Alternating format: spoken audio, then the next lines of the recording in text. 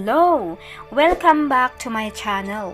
May mga 10 kilalang massacre sa Pilipinas na personal kong pinili at ito ang mga gusto kong talakayin sa video na ito. May mga pangyayari sa mundo na hindi kayang intindihin ng ibang tao.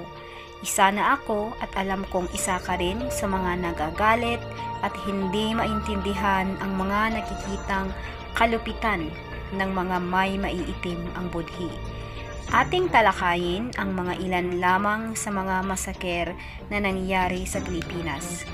Ang 10 massacre na pinili ko ay para sa akin mga makatindig balahibo at hindi makataong pangyayari. Comment ka sa baba kapatid kapag may alam kang mas masahol pa sa 10 na ating tatalakayin. Umpisahan natin. Ang una sa aking listahan ay ang pag-ambush kay Ginang Aurora Quezon noong April 28, 1949 sa Salubsob, Bungabon, Nueva Ecija. May 12 na namatay sa ambush na ito kasama ang anak ni Ginang Quezon na si Maria Aurora, ang manugang na lalaki, driver si Ponciano Bernardo, ang kasalukuyang alkalde sa panahong yun, at mga military escorts. Sila ay tinambangan ng mga Huk guerrillas o hukbong bayan laban sa Hapon o Huk Balahap. Sino si Aurora Quezon? Si Ginang Aurora ay asawa ni dating Philippine President Manuel Luis Quezon at First Lady of the Philippines mula 1935 hanggang 1944. 5 taon pagkatapos mamatay ng kanyang asawa na si President Quezon, si Ginang Aurora at mga kasama ay pinatay habang sila ay bumibiyahe papuntang Baler para magbukas ng ospital dedicated to President Quezon. Ang probinsya ng Quezon ay naipangalan sa alaala ni Ginang Aurora Quezon. Ang pangalawa nating tatalakayin ay ang Maragondon Massacre. Ang massacre ay nangyari noong September 1952 sa Maragondon, Cavite. May 4 na namatay kabilang ang alkalde, police chief at 2 pang pulis. Ang pagpatay ay utos ni Senador Justiniano Montano na mula sa rival political party ng biktima. Ang utos ay isinakatuparan ni Nardong Putik at mga kasama nitong hired killer. Kinidnap nila ang alkalde at ang kasama nito saka pinagsasaksak hanggang sila ay mamatay. Pag-usapan natin si Nardong Putik. I'm sure kilala niyo siya kasi may mga films na lumabas after ng insidente. Siya si Leonardo Malihan Manisio sa totoong pangalan. Siya ay isang notorious gangster at dating isang police officer. Siya ay tobong Cavite, may asawa at 5 anak. Sinasabi na ang kanyang tagumpay sa kanyang criminal career ay dahil sa kapangyarihan ng kanyang anting-anting. At ang pangalang Nardong Putik ay kinuha sa taktika niyang paglubog sa kaputikan sa tuwing siya ay tinutugis ng mga pulis. Si Nardong Putik ay 2 beses na natakip at nakulong pero nakatakas. Pero nagsanib ang puwersa ng NBI at mga kapulisan para hulihin si Nardong Putik buhay o patay. Nagbigay din ang gobernador ng Cavite ng pabuyang 20,000 pesos na kung i-convert ang halagang ito ngayon ay roughly 2.5 million pesos. Noong Oktubre 10, 1971, nadiskubre ang kanyang hideout. Sa parehong araw, ang naitalagang 20 agents at mga pulis ay nag-open fire na pumatay kay Nardong Putik. Ang pangatlong massacre, ang Wao Massacre. Ito ay naganap noong August 8, 1975 sa Wao, Lanao del Sur. 32 ang namatay sa massacre na ito. Ang mga rebelding Muslim ang umambush sa isang truck na may lulan na 34 civilians. Dinala ang mga biktima sa isang village sa Bukidnon at sila'y pinaulanan ng bala. May 2 nakaligtas sa nakakakilabot na pangyayaring ito. Ang pang-5, ang Kabankalan Killings. Noong March 1980, ang mga magsasaka sa Maricopa, Kabankalan, Negros Occidental ay inaresto ng mga military men at sa huli ay natagpuan ang 8 magsasaka na nakaburol sa isang farm na pag-aari ng mayor noong September ng parehong taon. Ang pang-6, Gapan Incident. Ito ay naganap sa Gapan, Nueva Ecija noong February 12, 1982, kung saan 5 ang namatay. Inatake ng mga men in camouflage ang tahanan ng mga Bautista at pinatay ang mga tao na nandoon. At ang pang-7 sa aking listahan, ito ang Tong Umapoy Massacre.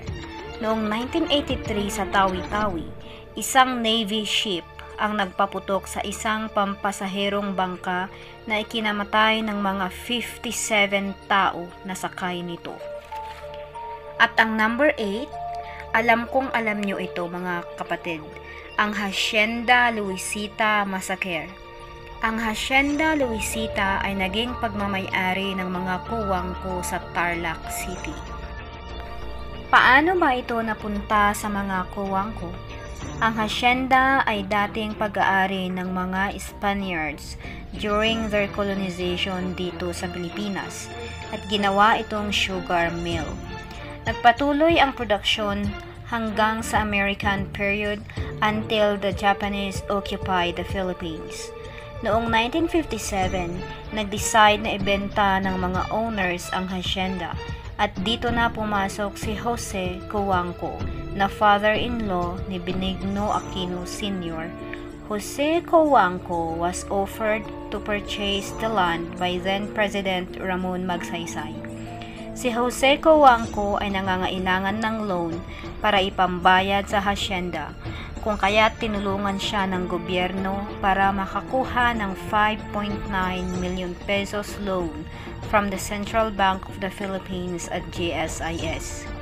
Naaprubahan ang loan noong November 1957. May 2 kasunduan ang Central Bank at mga kuwangko kapalit ng pag-approve ng loan.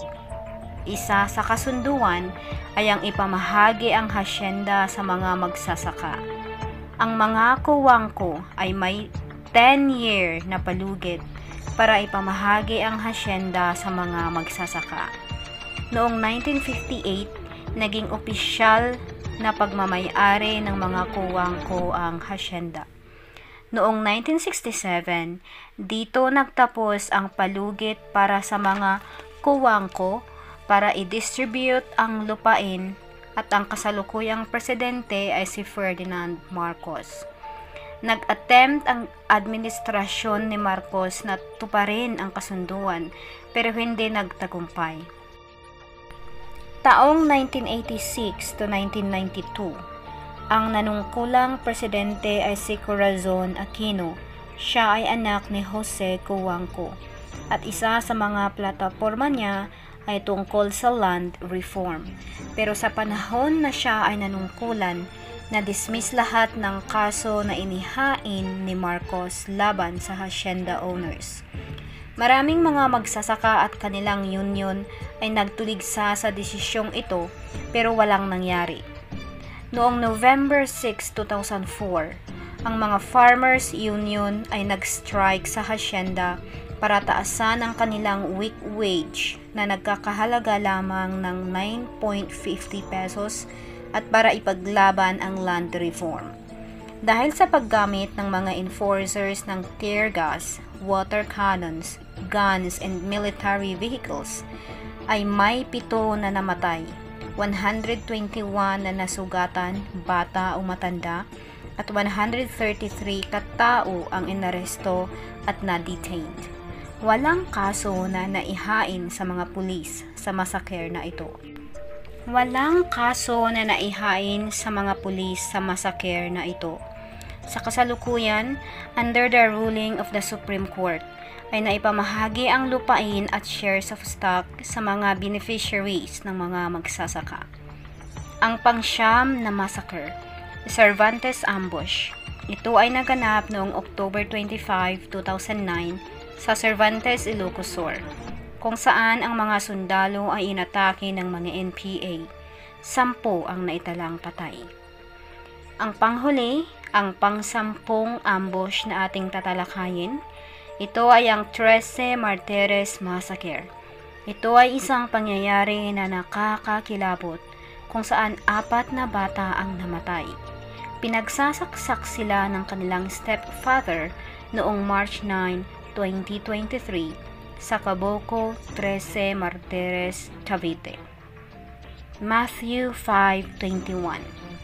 You have heard that it was said to the people long ago, "You shall not murder, and anyone who murders will be subject to judgment."